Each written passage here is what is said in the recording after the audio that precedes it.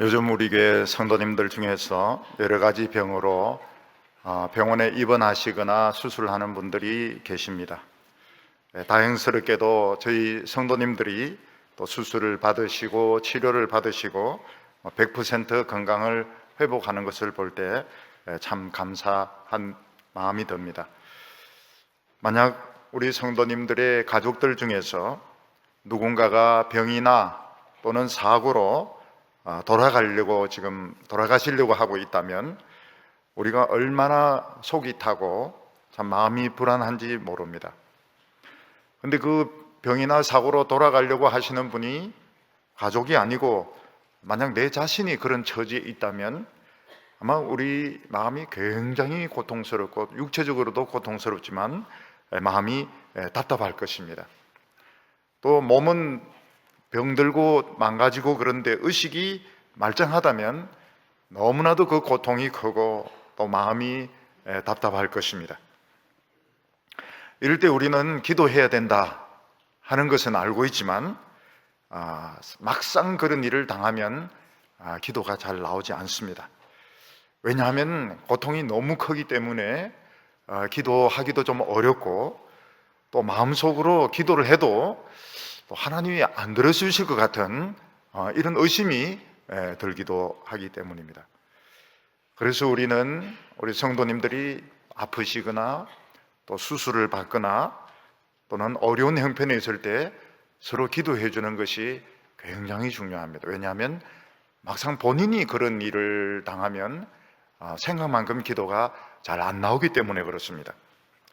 한 두어 달 전에 제 아내가 작은 그런 수술을 받은 적이 있습니다. 그날 이제 수요일이 돼가지고 예배 드리러 올라가려고 넥타이를 메고 있는데 아내가 전화를 해가지고 죽어가는 소리로 지금 배가 아파서 죽겠으니까 빨리 집으로 오라는 것입니다.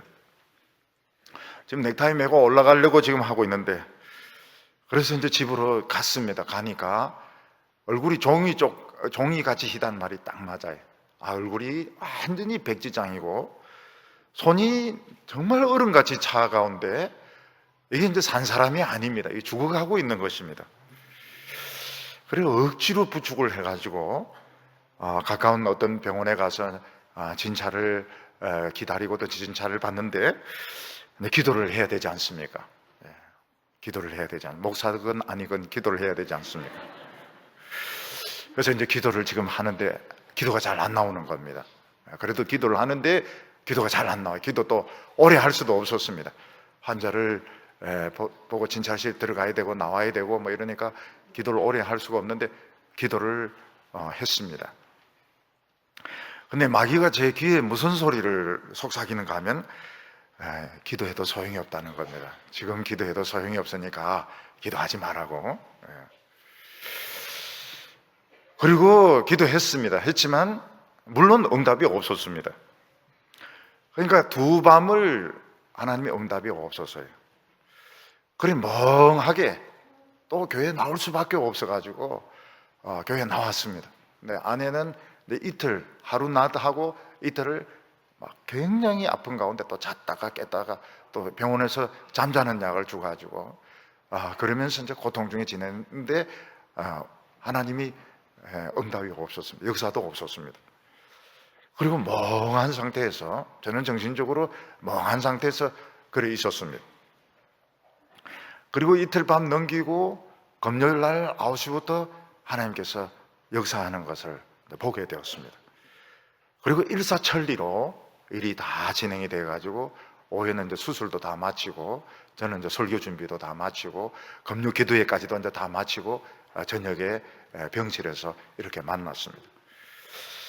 근데 문제가 무엇인가 하면 제가 한 3년 정도 이렇게 이 고통하고 싸우면서 사실은 이제 감정이 하나도 없는 사람이 된 겁니다. 뭐 슬픔의 감정이나 뭐 사랑의 감정이나 기쁨의 감정이나 행복의 감정이 완전히 없는 상태에서 3년을 살아온 것입니다. 예배 드릴 때는 이제 설교할 때는 감정이 좀 살아오지만 평소에는 감정이 하나도 없어요. 행복한 감정도 없고 슬픔의 감정도 없고 기쁨도 없고 아무것도 없는 것입니다.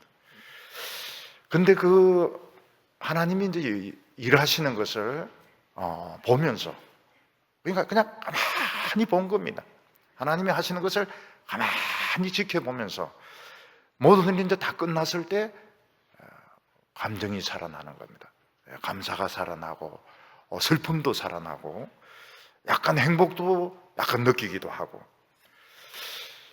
그러면서 사실은 병이 나가지고 죽을 뻔한 사람은 제 아내인데, 제가 이 감정이 이 병이 나아도 후유증이 참 오래 가겠구나. 왜냐하면 감정이 없는 사람이기 때문에. 설교할 때만 감정이 살아나고 평소에는 감정이 전혀 없는 그런 사람이었기 때문에 이 후유증이 참 오래 가겠는데 이렇게 생각했는데, 하나님이 이제 역사하시는 것을 이렇게 보면서 감정이 치유되기 시작했습니다. 오늘 첫 번째로 보면 하나님은 음성을 들으시는 하나님이다, 이렇게 말씀하는 것을 볼 수 있습니다. 우리가 결정적으로 어려울 때, 아내가 죽어가거나 남편이 죽어가거나 내 자신이 죽어갈 때에 기도를 해야 되는데, 마음속에 마귀가 무슨 마음을 불어넣는가 하면 지금 기도해도 하나님 안 들어주신다, 이런 의심의 마음을 불어넣어 줄 때가 많이 있습니다.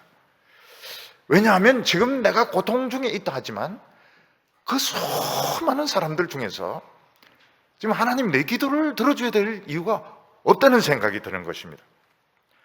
그리고 내가 하나님에게 기도 들어달라 말라 이럴 권리가 있느냐, 나는 그런 요구할 권리가 없다, 이런 생각도 들게 되는 것입니다.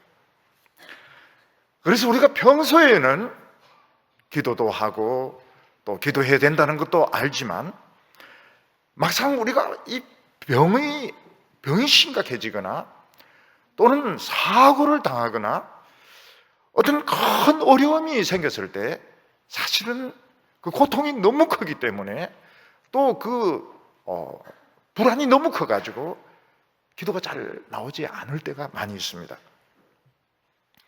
또 이럴 때 응답받으려면 기도를 얼마나 간절히 해야 되는가, 우리가 속된 말로 표현하듯이 얼마나 세게 기도를 해야 될지 그것도 모르겠고, 그냥 막 소리 지르고 옆에 병실에 가가지고 막 소리 지르고 벽을 두들기면서 기도해야 응답받는지, 아니면 1시간을 기도해야 되는지 2시간을 기도해야 되는지 얼마나 길게 기도해야 되는지 그런 확신도 없기 때문에 우리는 사실 그냥 기도하기는 하지만은 그냥 멍청한 상태에서 있을 때가 많이 있습니다. 그래서 우리가 이 수술 받는 분들 또 아픈 분들을 위해서 기도해 주는 것이 굉장히 중요합니다.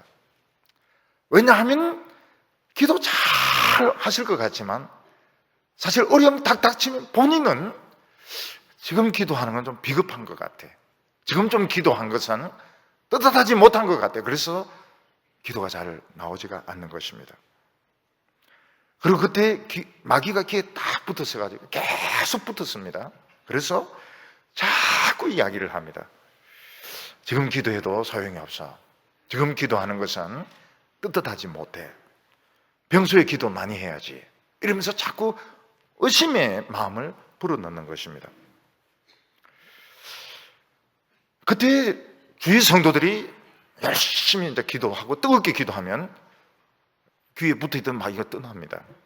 떠나면서 마음이 좀 평안해지게 되고 또 하나님께 그 병을 맡기게 되고, 그러면서 수술이라든지 치료가 막 일사천리로 이렇게 진행되는 것을 보게 됩니다. 오늘 어떤 성도님 중에서는 우리 목사님이 갈수록 신비주의에 빠지는 것 같아, 이런 생각할지 모르겠는데, 사실은 이런 신비적인 요소들이 많이 있습니다. 우리 신앙에는 이런 신비적인 부분들이 있습니다. 그리고 마귀를 무시해서는 안 됩니다. 그래서 사실 수술을 받는다든지 어떤 응급실에 갔다든지 큰 어떤 시험을 당했을 때는 사실 우리와 마귀 사이에 또 악령과 천사 사이에 굉장히 막 씨름이 벌어지게 됩니다. 마귀는 막 수술 받으면서 죽어라 죽어라 죽어라 이렇게 하고 막 의심을 확신으로 막 바꾸게 만들고 분노의 감정이 막 치밀어 오르게 만들고 이럴 때 굉장히 사실은 치열한 싸움이 벌어지게 됩니다. 신앙이 좋으면 좋을수록 더 치열한 영적 전쟁이 벌어지게 됩니다. 그때 성도들이 기도해주고 또 누군가가 중보 기도를 해줄 때 그 의심의 영, 그 마귀의 그런 역사가 떠나면서 마음이 편안해지면서 하나님의 치료가 이루어지게 되고 하나님의 회복의 역사가 일어나게 되는 것입니다. 시편 116편은 다윗이 쓴 시로 이렇게 생각이 됩니다. 그런데 다윗이 큰 병에 걸리거나 어떤 큰 사고를 당한 가운데서 참 사람들로부터 버림받아서 사람은 어떻게 손쓸 수 없는 이런 가운데서 이 116편을 쓴 것으로 생각이 되어집니다. 여기 3절을 보면 사망의 줄이 나를 두르고 수월의 고통이 내게 이르므로 내가 환난과 슬픔을 만났다고 말하고 있습니다. 사망의 줄이 나를 두르고 하는 것은 이 사망의 밧줄이 나를 칭칭 감아가지고 막 사망으로 끌고 가고 있는 것입니다. 나는 안 죽으려고 막 풀을 붙잡고 나무를 붙잡고 이런데 그 힘이 딸려가지고 지금 질질질질 끌려가고 있는데 굉장히 그 강한 힘이 내 전신을 이 사망의 밧줄로 묶어가지고 그 멸망으로 죽음으로 막 끌고 가는데 지금 끌려가고 있는 것입니다. 이때 사람은 아무도 도와줄 수가 없었습니다. 다윗인지 히스기야인지 누군지는 알 수 없지만 사람은 아무도 그를 도울 수가 없었습니다. 너무 그 병이 깊고 너무 그 사고가 큰 사고를 당했고 너무 큰 고통 중에 있었기 때문에 사람은 그를 도울 수가 없었습니다. 그리고 그도 기도했지만 꼭 산다는 보장이 없었습니다. 여기서 회복될 수 있다는 확신이 없었습니다. 그러다가 어느 순간부터 하나님이 막 그 일을 하시는 것을 체험을 한 것입니다. 누군가 구조하든지 또 치료를 하든지 이러면서 막 회복되고 있는 것을 체험을 하면서 그때 터져 나온 시가 뭔가 하면 116편 이 시가 터져 나오게 된 것입니다. 그래서 시편 116편은 어디서 부르는 노래인가 하면 그 응급실에서, 병원 응급실에서 부르는 노래고 또 수술하는 그 대기실에서 가족들이 대기하면서, 여러분 가족들이 자기 가족의 이름이 수술 중 그거 보면서 수술이 뭐 3시간 되는 것도 있고 4시간 되는 것도 있는데 그 속이 탑니다. 속이 타면서 그 이름만 막 보다가 이름이 또 없어질 때가 있어요. 이름이 없어지면 그냥 가슴이 쩔렁하면서 아이고 이 수술이 잘못되었는가. 그러다 이제 이름이 이제 대기실로 넘어가면 수술이 끝났구나 이러면서 이제 빨리 나가가지고 수술하고 나오는 이제 정신도 없죠. 완전 쫙 늘어져 있는 가족을 붙들면서 막 울기도 하고 막 기도하기도 하고 이러는 것입니다. 그래서 시편 116편은 참 처절한 그 현장에서 부른 노래입니다. 병원 응급실에서 또 수술 대기실에서 그 가족 대기실에서 수술을 받는 그곳에서 또는 사고 현장에서 또 전쟁터에서 처절한 가운데서 부르는 노래가 116편인데 거기서 전쟁터에서 부상이 있고 버려진 그런 상태에서 하나님이 역사하는 걸 보면서 부르는 노래가 시편 116편인 것입니다. 여기 1절 말씀을 보면 여호와께서 내 음성과 내 간구를 들으심으로 내가 그를 사랑하는도다 이렇게 말하고 있습니다. 여기 보면은 여호와께서 내 음성을 들으심으로, 지금 이 시편 116편 1절은 지금 살아난 뒤에 부르는 노래입니다. 이 시를 쓴 사람도 그 사고 현장에서 또는 수술 받을 때 자기가 고통당하고 있을 때는 이런 노래를 부르리라고 생각을 하지 못했습니다. 이런 체험을 할 수 있을 거라고는 꿈에도 생각하지 못했습니다. 여러분, 그 병으로 죽어가고 있을 때, 교통사고를 당했을 때, 그때 무슨 생각이 듭니까? 너무 아프다는 생각이 듭니다. 딴 생각은 아무것도 안 들고 너무 아프다, 머리가 너무 아프다, 배가 너무 아프다, 뼈 부러진 데가 너무 아프다, 너무 아프다는 생각밖에 안 듭니다. 그리고 또 무슨 생각이 드는가 하면 아우, 내가 죽을지도 모르겠구나, 내가 이러다가 죽을 수도 있겠구나, 이런 생각이 듭니다. 그때 우리가 기도를 합니다. 하지만 하나님이 이 기도를 꼭 들어주시리라고는 확신을 가지지 못합니다. 왜냐하면 하나님 너무 높으신데, 하나님이 지금 내 기도를 들어줘야 될 이유가 없잖아요. 얼마나 많은 사람들이 있는데 하나님께서 내같이 지금 배가 아프고 다리 부러지고 머리 깨진 비참한 나의 기도를 들어줄 이유가 없잖아요. 또 내가 하나님에게 고쳐달라 말라 이럴 권리가 없잖아요. 그런 생각이 드는 것입니다. 근데 여기서 이제 이 사람이 이제 다 지나가고 난 뒤에, 살아나고 난 뒤에 자기가 깨달은 첫 번째로 깨달은 것이 무엇인가 하면 하나님 내 음성을 알아들으시더라는 것입니다. 여러분, 음성을 알아듣는다는 것은, 이것은 이제 가족이나 아주 친밀한 사람들이 알아듣는 것입니다. 여러분, 전화 목소리를 알아듣는다, 이건 아주 친한 친구고 가족입니다. 가족은 전화 목소리를 들으면 딱 압니다. 그런데 어떤 때는 못 알아들을 때가 있습니다. 부인인지 딸인지 못 알아들을 때가 있어요. 그런데 묻습니다. 누구냐고 묻습니다. 그러면 막 화를 내면서 부인 목소리를 못 알아듣냐고, 딸 목소리를 못 알아듣냐고. 어떤 때는 똑같은 사람이 있어요. 엄마하고 딸하고 목소리가 똑같을 때 어떤 때는 헷갈릴 때가 있습니다. 그렇지만 자기 가족의 음성은 알아듣습니다. 교인들도 아주 친한 사람은 음성만 딱 들으면 알아듣습니다. 여러분, 사람이 아무리 많아도 자기 애가 우는 소리를 엄마는 알아듣습니다. 아, 이거 우리 애구나. 밖에서 자기 애가 자지러 들듯이 울면 엄마는 팍 뛰어나갑니다. 왜냐하면 자기 아이의 그 소리를 알아듣기 때문에 그렇습니다. 또 아이도 마찬가지입니다. 많은 사람들이 있는데 엄마나 아빠가 자기 이름을 막 부르는 소리는 알아듣습니다. 왜냐하면 자기 가족이기 때문에, 자기 가족, 자기 엄마, 아버지 음성이기 때문에 알아듣는 것입니다. 그런데 하나님은 어떻습니까? 하나님은 내 음성을 알아들으시는 것입니다.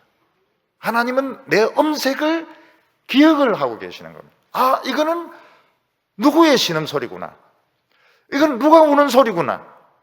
우리 성도들마다 음색이 다 다릅니다.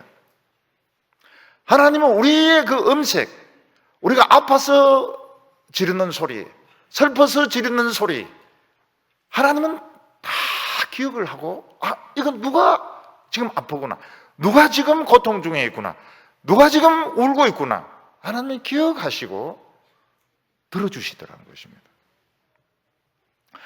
다윗이 신음하는 소리, 다윗이 부르짖는 소리, 다윗이 괴로워하는 소리를 하나님은 기억을, 메모리를 하고 계시더라는 것입니다.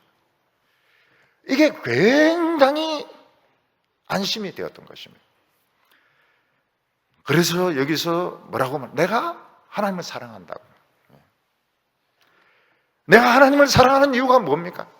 아무리 많은 사람들이 웅성웅성거리고 아무리 많은 사람들이 소리를 지르고 해도 그 많은 사람들의 음성 가운데서 하나님은 내 음성을 기억을 하고 계시더라고요.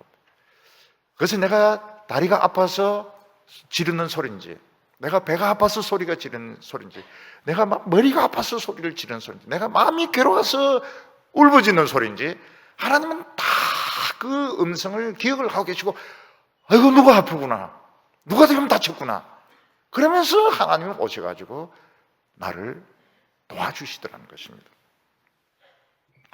그래서 우리가 생각하는 거하고 하나님이 생각하는 거하고 너무 다른 것입니다. 우리는 막상 어려움에 탁 처했을 때, 내가 이런 비참한 가운데서, 내가 이런 다친 가운데서, 내가 이런 병든 가운데서 기도해도 하나님 들어주실까? 마귀는 귀에 대놓고 안 듣는다. 하나님 안 듣는다. 네가 지금 기도하는 건 너무 늦다. 네가 지금 세게 기도할 힘이 있느냐? 네가 지금 오래 기도할 그런 시간이 있느냐? 안 듣는다. 절망해라. 포기해라. 그러면서 자꾸 귀에 대놓고 이야기하는데, 하나님은 우리의 100가지 1000가지 소리를 하나님은 기억을 하고 계시고, 하나님께서 딱 거기에 맞게 오셔서 도와주시더라는 것입니다. 그래서 하나님을 사랑한다는 거예요. 하나님을 사랑할 수밖에 없다는 거예요. 왜냐하면 하나님은 내 모든 소리를 그냥 말하지 않아도, 내가 누굽니다, 내가 김 누굽니다, 내가 이 누굽니다 말하지 않아도 하나님은 바로 내 소리만 듣고도 나를 아시더라는 거예요. 그래서 내가 하나님을 사랑합니다, 이렇게 고백하고 있습니다. 여기 내린 결론입니다. 1절 2절에서 결판이 다 납니다. 116편은 어디서 결판 납니까? 1절 2절에서 결판 다 나는 겁니다. 2절이 결론입니다. 2절이 그의 귀를 내게 기울이셨으므로 내가 평생에 기도하리이다. 근데 이런 큰 수술이라든지 이런 큰 사고라든지 어려움을 겪고 나면은 어떻게 됩니까? 평생에 기도하게 된다는 것입니다. 왜냐하면 하나님은 절대로 나로부터 멀리 계신 분이 아니시고, 하나님은 나에게 무관심한 분이 아니시다. 근데 이런 일을 경험하기 전에는 전부 머리로 배운 거기 때문에 사실은 딱 일이 닥치면 하나님 멀리 계신 것 같고, 나에게 무관심하신 것 같고, 기도해도 안 들어주실 것 같은데, 이런 일을 한번 겪고 나면 하나님은 무관심한 분이 아니시고 멀리 계신 분이 아니시고 굉장히 나에게 가까이 계시고 내 모든 소리를 다 들으시는 분이란 걸 경험하고 난 뒤에는 한평생 기도하겠다는 것입니다. 내가 기도하면 하나님 내 음색을 딱 들으시고 하나님께서 달려오시기 때문에 내 이제 남은 한평생 기도하겠다는 겁니다.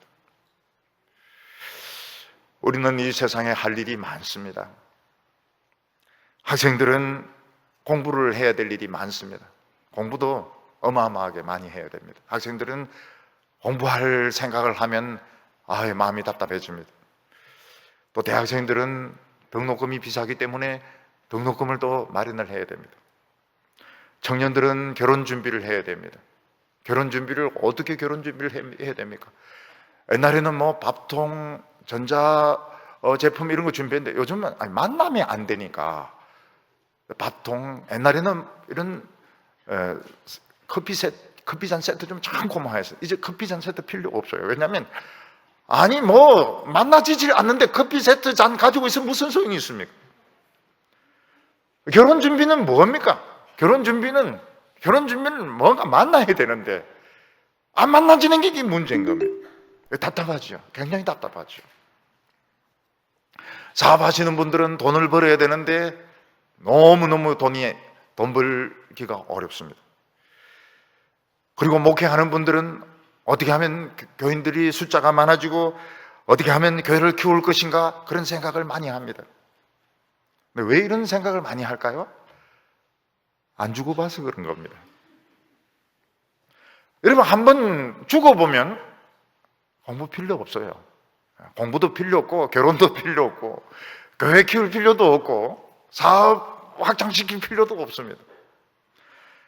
여러분, 한번 죽어보면은 뭐가 제일 중요합니까? 내 음성 들으시는 하나님밖에 없습니다.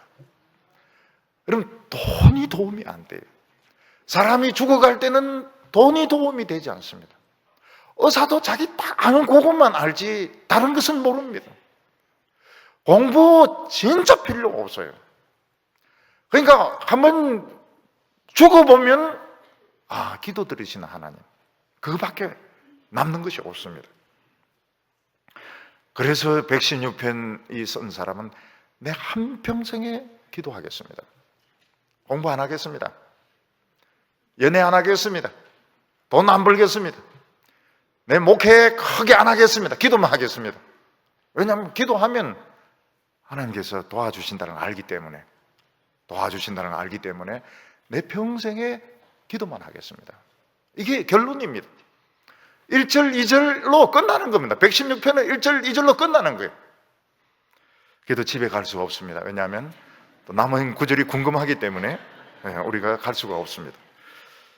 두 번째로 보면 죽음의 문턱에서 드리는 기도입니다. 우리가 참 하나님을 그렇게 사랑하고 우리가 참 열심히 신앙생활해도 우리에게 죽음이 찾아올 때가 있습니다. 그때 사탄은 그 본인이나 가족들의 귀에 대놓고 무슨 이야기를 합니까? 하나님 믿는 거하고 안 믿는 거 아무런 차이가 없어. 기도해도 소용이 없다고. 너는 그냥 절망해라. 자포자기해라. 하나님 원망해라. 그렇게 열심히 하나님 일한 것이 무슨 소용이 있어. 그렇게 귀에 대놓고 막 귀를 자꾸 당기면서 집요하게 이야기를 합니다. 근데 이걸 모든 병에 걸리고 사고 당하고 어려움 당한 믿음의 사람들, 성자들 다 겪었던 일들입니다.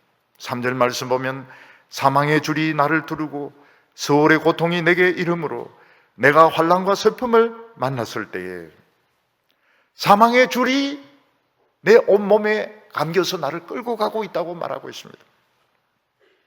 어쩌면 이 사람이 구덩이에 던져졌는데 억수 같은 비가 와가지고 물이 막 넘쳐가고 있는지도 모릅니다.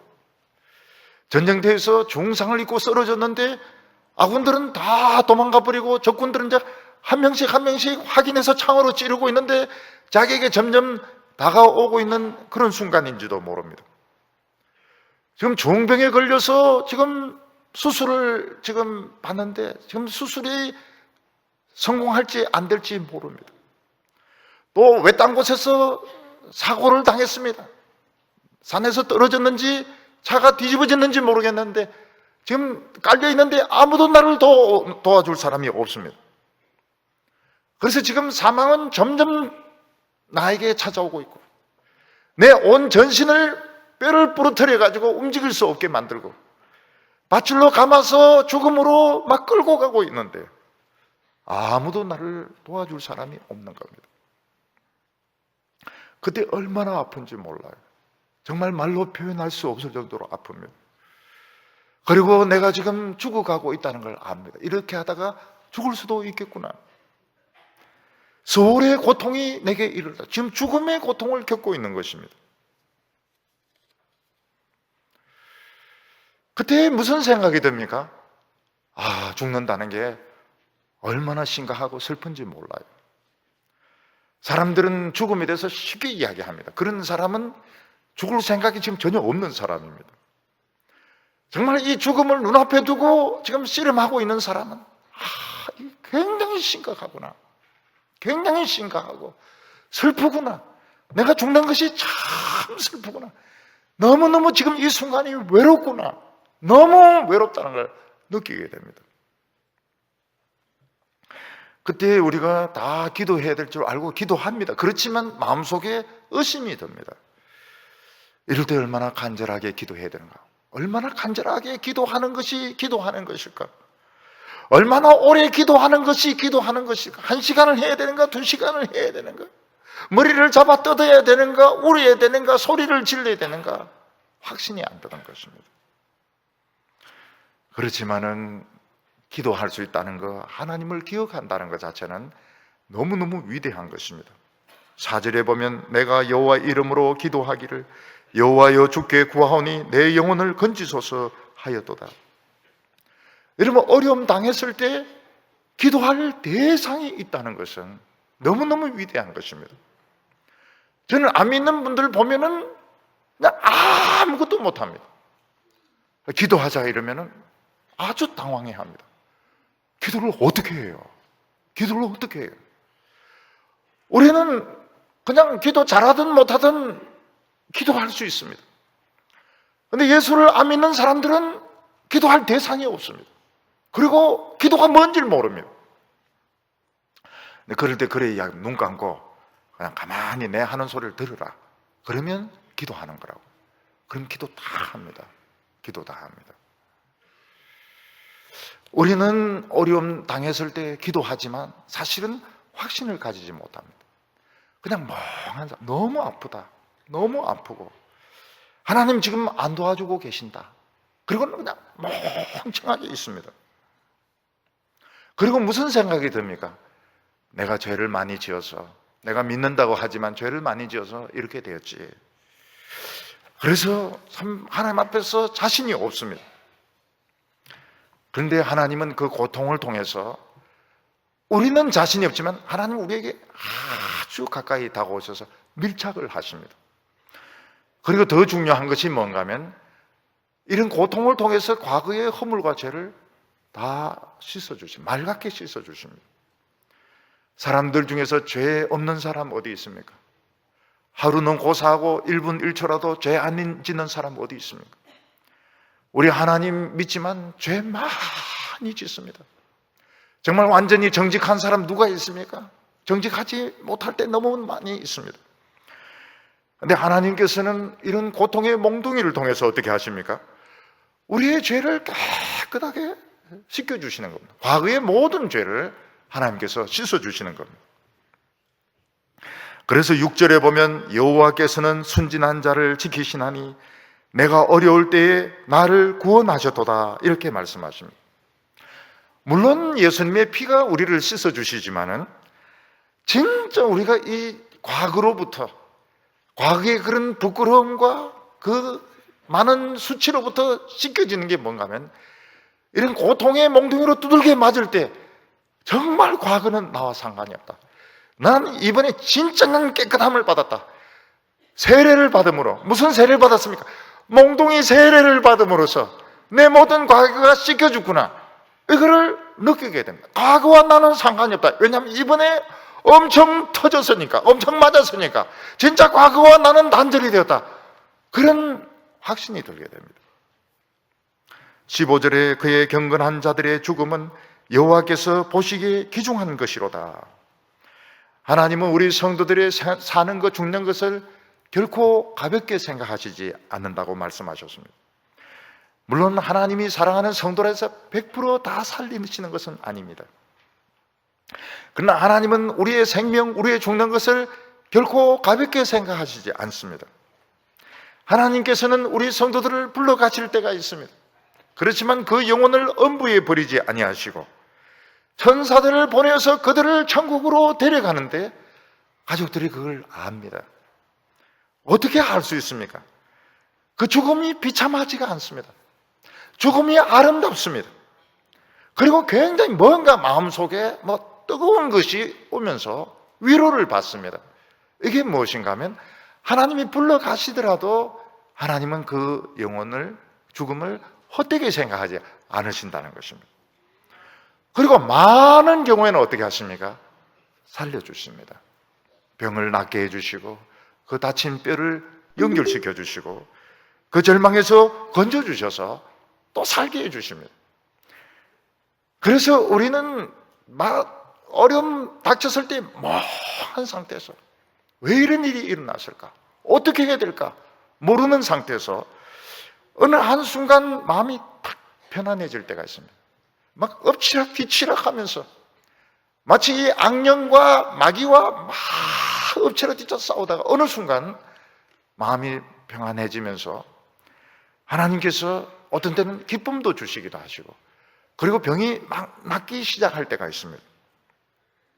그때가 언젠가 하면 하나님이 움직이기 시작할 때인 겁니다. 그걸 우리가 압니다. 그 순간을, 하나님이 움직이기 시작하는 그 순간을 우리가 알 수가 있습니다. 그리고 어떤 마음이 되는가, 앞일이 어떻게 되더라도 난 괜찮다, 앞일이 어떻게 되더라도 난 괜찮아, 마음이 이상하게 평안해질 때가 있습니다. 왜냐하면 하나님이 우리 사는 거, 죽는 거, 우리의 재산, 우리 청소년들의 진로를 하나님께서 귀중하게 생각하시기 때문입니다. 여기에 이걸 참 잘 표현해주고, 이 시가 그런 섬세한 부분들을 굉장히 잘 표현을 해주고 있습니다. 7절에 보면 내 영혼아 내 평안함으로 돌아갈지어다 여호와께서 너를 후대하심이로다. 우리가 아프고 사고당하면 마음이 편치 못합니다. 가족이 수술 받게 되면 마음이 편치가 못합니다. 우리 마음속에 짜증과 의심이 가득 생기게 됩니다. 어떤 때는 사람이 미워지게 됩니다. 나에게 이 고통을 준 사람, 사고를 낸 사람, 나를 아프게 한 사람이 막 미워집니다. 그러다가 내 영혼이 평안함으로 돌아가게 됩니다. 한순간 이상하게 마음이 평안해집니다. 왜냐하면 하나님이 지금 움직이고 계신 것을 내가 알기 때문에 그렇습니다. 하나님이 내 음성을 기억하고 계시다가 바로 응답해 주시는 것을 알기 때문에 갑자기 마음이 평안해지기 시작합니다. 하나님 나를 멸시하지 아니하시고, 하나님을 영원히 나를 고통 가운데 버리지 아니하시고, 하나님께서 움직이기 시작할 때에 마음이 평안해지게 됩니다. 그리고 하나님은 문제를 하나씩 하나씩 해결해 주십니다. 8절에 보면 주께서 내 영혼을 사망에서 내 눈을 눈물에서 내 발을 넘어짐에서 건지셨도다. 하나님이 우리의 고통을 따로따로 하나씩 하나씩 해결해 주시기 시작합니다. 그냥 뭉뚱그려서 다 놔버리라 이러면 낫는 데도 있고 안 낫는 데도 있고 이러기 때문에 하나님께서 하나씩 하나씩 고쳐주시기 시작합니다. 우리의 영혼을 사망에서 건져주십니다. 우리의 영혼이 사망에 빠져 있습니다. 두려움과 고통과 절망에 빠져 있습니다. 하나님께서 내 영혼이 불안하지 않도록, 내 마음이 평안하도록 내 영혼을 고쳐주십니다. 내 눈을 눈물에서 건져주신다고 말씀하셨습니다. 왜 눈물이 그렇게 쏟아지게 됩니까? 내가 비참하다. 나는 비참하다. 아무도 나를 도와주지 않는다. 나는 너무너무 외롭다. 그래서 비통한 눈물을 흘리게 됩니다. 눈이 굉장히 고통스럽습니다. 네, 하나님께서 천사를 보내주시고 또 성도들이 관심을 가져주십니다. 또 어떤 때는 물질을 줍니다. 그거 굉장히 중요해요. 천사가 오고 어떤 때는 또 딱 거기에 맞는 의사가 딱 만나게 됩니다. 또 성도들이 기도해주고 관심을 가져주고 또 돈도 주고요. 돈이 중요해요. 돈이 중요해요. 내 발을 넘어짐에서 건져주신다고 말했습니다. 이제 구조대가 오는 겁니다. 구조대가 오고요. 또 의사가 오고요. 나를 간병해주는 사람이 오면서 치료가 진행이 되는데 하나님은 하나씩 하나씩 내 영혼부터, 영혼이 너무 쇼크를 받았습니다. 하나님에 대한 불신과 의심이 지금 마음속에 있습니다. 영혼 속에 들어와 있습니다. 내 영혼 속에 지금 절망이 들어와 있습니다. 하나님께서 그 절망을 고쳐주십니다. 희망을 가질 수 있도록. 오늘 지금 우리 시대에 희망을 가진다는 건 참 어려워요. 청소년들이 희망을 가지고, 청년들이 희망을 가지고, 여성들이 희망을 가지고, 노인들이 희망을 가진다는 건 참 어려워요. 왜냐하면 내 영혼 속에 절망이 들어온 것입니다. 내 영혼 속에 답답함이 들어온 것입니다. 의심이 들어온 것입니다. 하나님께서 내 영혼의 그 절망을 고쳐 희망을 가지게 하십니다. 또 살아보자. 또 살아보자. 기쁨이 무엇이냐? 뭔가 좀 행복한 것 같은 생각이 들고 눈물의 그 성격이 변하게 됩니다. 사람이 분노해서 흘리는 눈물은 쓰다고 그럽니다. 근데 이게 감정이 살아나요. 뭔가 좀 행복한 것 같아요. 하나님이 움직이시니까요. 그리고 몸이 조금씩 낫기 시작하니까요. 고통이 조금씩 없어지기 시작하니까요. 기쁨이 생기는 겁니다. 그래서 9절에 내가 생명 있는 땅에서 여호와 앞에 행하리로다. 이 세상에 안 좋은 것만 덮여 있는 줄 알고, 절망만 덮여 있는 것 같고, 마귀만 깔려 있는 것 같고, 정말 고통과 신음만 덮여 있는 것 같았는데 생명이 있는 땅이구나. 하나님이 생명을 주시는구나. 하나님께서 나에게 살 수 있는 힘을 주시고 찬스를 주시는구나.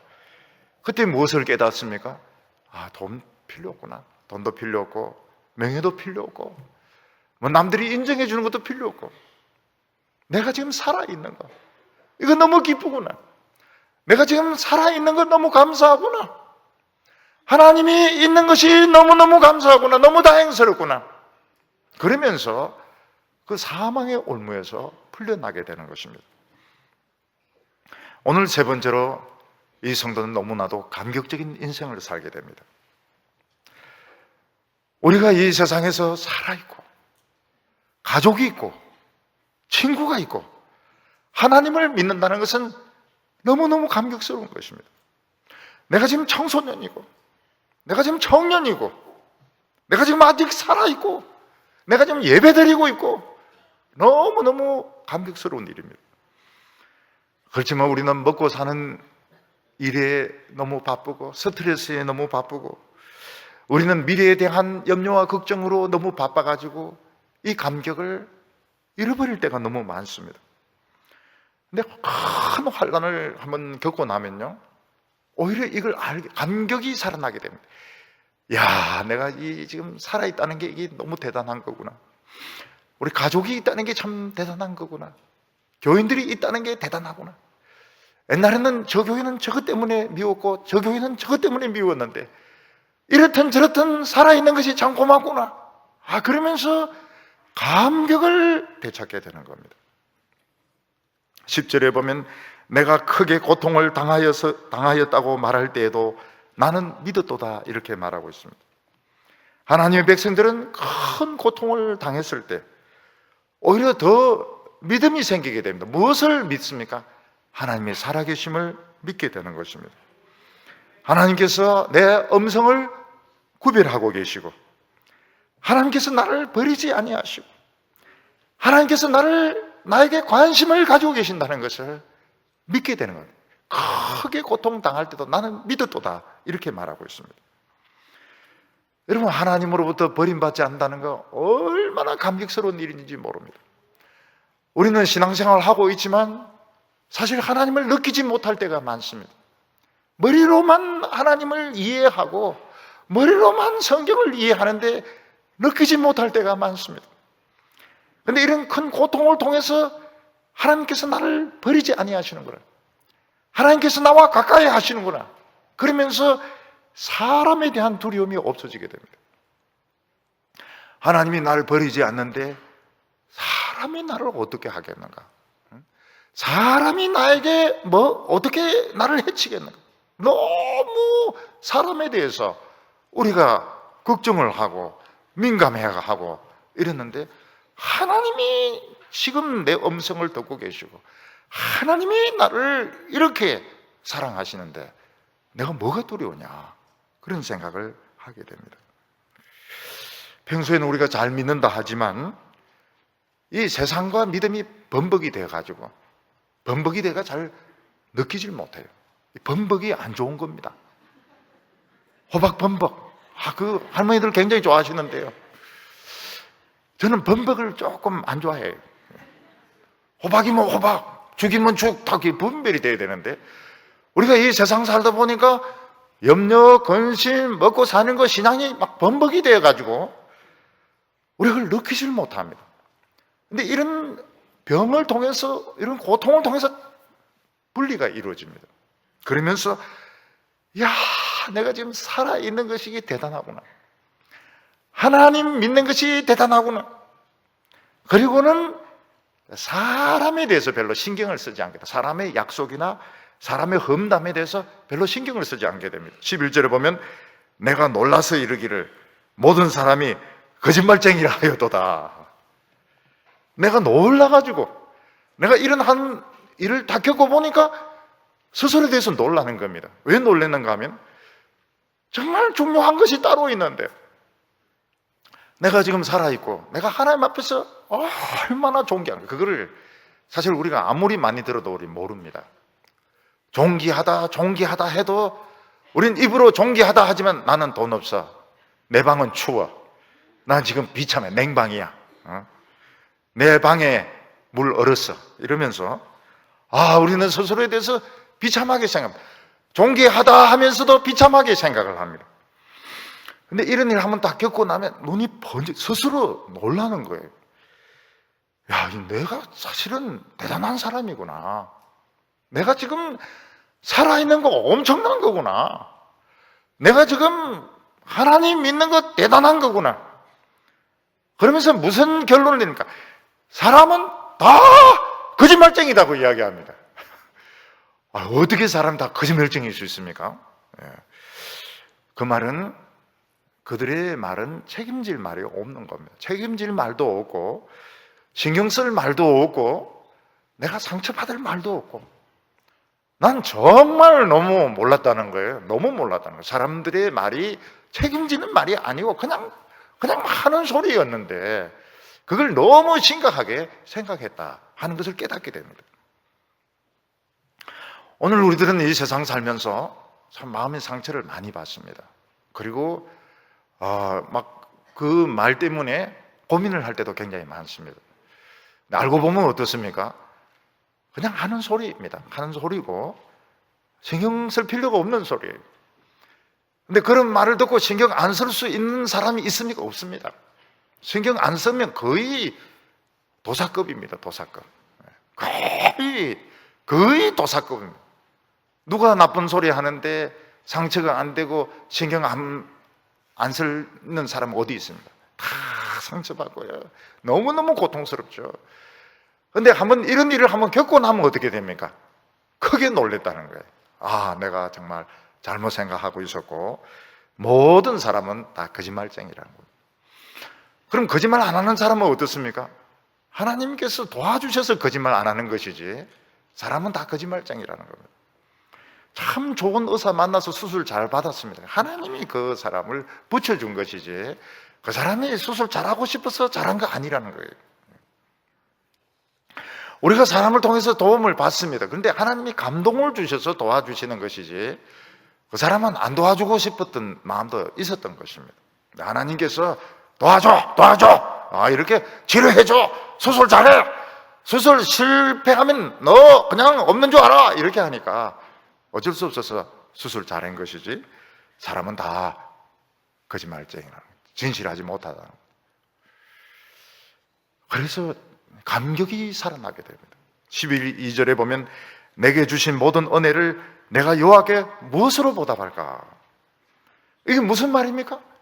지금 감격이 살아나고 있는 것입니다. 내가 그동안 하나님께 감사합니다 이렇게 하지만 실제로 감사를 몰랐습니다. 내가 지금 살아있는 것이 얼마나 감사하고 나에게 가족이 있는 것이 얼마나 감사하고 참 성도들이 있는 것이 얼마나 감사한지, 내가 믿음이 있는 것이 얼마나 감사한지 사실은 못 느꼈다는 것입니다. 그렇지만 한번 죽을 고비를 한번 겪고 나니까 어떻습니까? 돈 중요하지 않고, 책도 별로 중요하지도 않고, 명예도 중요하지도 않고, 지금 이 내 생명은 이 세상 어떤 것과도 바꿀 수가 없는 거예요. 내 지금 이 신앙, 내 이 믿음은 어떤 것과도 바꿀 수가 없습니다. 그래서 나를 살려주시고 내 음성에 귀를 기울여 주시고 나를 치료해 주신 하나님의 은혜를 무엇으로 보답을 할고, 어떻게 이것을 보답을 하고 어떻게 감사를 표현할 수 있을 것인가? 하나님의 은혜가 너무너무 큰데 표현할 방법이 없는 것입니다. 우리는 이 세상에 굳이 성공하고 싶지가 않아요. 살아있는 것이 너무너무 감사하고요, 하나님께 예배드리는 게 너무너무 감격스러워가지고 성공하고 싶지가 않아요. 하나님께 감사하고 싶은데 어떻게 감사할까요? 감사 헌금을 드릴까요? 안 그러면 다른 사람에게 맛있는 걸 사줄까요? 아니면 예배를 그냥 다 드릴까요? 이 성도는 다 합니다. 전부 다 합니다. 전부 다 합니다. 전부 다 해도 부족한 거예요. 전부 다 해도 하나님 주신 축복이 너무너무 많아가지고 어떻게 주체를 할 수가 없는 겁니다. 이 사람은 하나님께 감사의 제사를 드립니다. 17절에 내가 주께 감사제를 드리고 여호와의 이름을 부르리이다. 하나님이 역사하는 것을 보고 또 멍합니다. 어떻게 해야 될까? 지금 예배 시간이지. 지금 하나님께 번제를 드릴 시간이지. 하나님께 와서 번제를 드리고 감사제를 드립니다. 너무너무 기뻐요. 하나님께 살아서 예배 드릴 수 있다는 거, 건강한 몸으로 나와서 예배 드릴 수 있다는 거 너무너무 기뻐요. 그리고 또 할 수 있는 것이 또 뭐가 없을까? 내가 머릿속에 하고 싶었던 거, 누구에게 주고 싶었던 거 싹 다 주는 겁니다. 14절에 보면 여호와의 모든 백성 앞에서 나는 나의 소원을 여호와께 갚으리로다. 우리는 선한 일을 생각을 많이 합니다. 그렇지만은 귀찮기 때문에, 또 그렇게 해줄 필요가 없기 때문에 차일피일 미루기도 하고 잊어먹기도 하고 일부러 안 하기도 하고. 근데 죽으려고 하다가 살아나고 난 뒤에는 너무 감격스러워가지고 하나님께 예배드리고 난 뒤에도 이걸 주체를 못하는 겁니다. 그래서 누구에게 뭐 주고 싶었던 거 막 줍니다. 왜냐하면 죽은 것보다 낫거든요. 옷 주고 싶은 거 있으면 막 줍니다. 왜냐하면 또 새로 사면 되니까요. 뭐 다른 물건들도 막 줍니다. 왜냐하면 죽는 것보다 나으니까요. 돈도 주고 싶은 사람이 있으면 막 줍니다. 왜 그런가 하면 죽는 것보다 나으니까요. 그리고는 굉장히 기분이 좋습니다. 왜냐하면 지금 살아있기 때문에. 그러니까 하나님의 공의가 하수같이 흐르고 정의가 하수같이 흐르고, 거짓말입니다. 거짓말. 아무리 그 말해도 다 거짓말입니다. 사람이 자기 권리를 챙기려고 하고 자기 이익을 챙기려고 할 때 정의와 공의, 다 거짓말입니다. 교회에서 공법을 떠들고 정의를 떠들고 다 남의 돈 가지고 뭐 인심 쓰려고 하는 게 다 거짓말입니다. 자기 돈 절대로 안 내놓습니다. 근데 죽을 뻔하다가 한번 살아나고 난 뒤에는 막 줍니다. 막 줘요. 왜냐하면 새 것도 사면 되니까요. 요즘 자꾸 유행이 바뀌잖아요. 근데 새 거 산다는 것보다 더 중요한 것이 뭔가 하면 살아있으니까요. 살아있으니까 음식도 먹을 수 있죠. 살아있으니까 어디 갈 수도 있죠. 살아있으니까 가족도 만날 수 있죠. 내 생명의 가치를 도대체 돈이나 물건이나 책이나 무엇과 비교할 수 있습니까? 막 주고 싶으면 막 주는 거예요. 왜냐하면 살아있으니까요. 그리고 이제는 물 마실 때마다, 음식을 먹을 때마다 하나님을 찬송합니다. 13절에 내가 구원의 잔을 들고 여호와의 이름을 부르며. 우리는 포도주를 잘 마시지 않지만 이스라엘 사람들은 포도주를 음료수같이 마십니다. 그래서 이 포도주 마시는 자기 잔이 있는데 그 잔 이름이 뭔가 하면 구원의 잔입니다. 그래서 포도주를 마실 때마다 하나님 감사합니다, 하나님 감사합니다, 꿀꺽. 여호와를 찬양합니다, 꿀꺽. 우리로 치면은 물 마실 때마다, 생수 마실 때마다 여호와를 찬양, 국 먹을 때마다 여호와께 감사, 여호와를 찬양할지어다. 미역국 얼마나 맛있습니까? 미역국 먹을 때마다, 숟가락 뜰 때마다 여호와께 감사, 김치 깍두기 먹을 때마다 주께 찬양.